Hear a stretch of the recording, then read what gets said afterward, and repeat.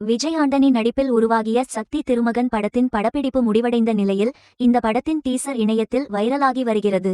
விஜய் ஆண்டனி, வாகை சந்திரசேகர், சுனில், செல்முருகன், கிரண், ரியா ஜித்து, மாஸ்டர் கேசவ் உள்ளிட்ட பலர் நடித்துள்ள இந்த படத்தை விஜய் ஆண்டனி பிலிம் கார்ப்பரேஷன் நிறுவனம் தயாரித்துள்ளது.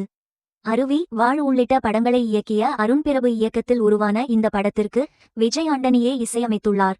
டீசரில் தலைமைச் செயலகத்திற்குள் டீ விட்டுச் செல்லும் ஒரு சிறுவன் அங்கு பல நுணுக்கங்களை கற்று அதன் பிறகு பெரியவன் ஆனதும் தலைமைச் செயலக ஊழியர்களை ஓடவிடும் காட்சிகள் இடம்பெற்றுள்ளன.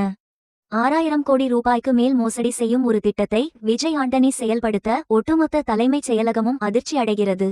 அதன் பிறகு என்ன நடந்தது? விஜய் ஆண்டனி பிடிபட்டாரா? அவர் அரசுக்கு எதிராக எடுத்த நடவடிக்கை என்ன? இவையெல்லாம் படத்தின் கதையின் முக்கிய அம்சங்கள்.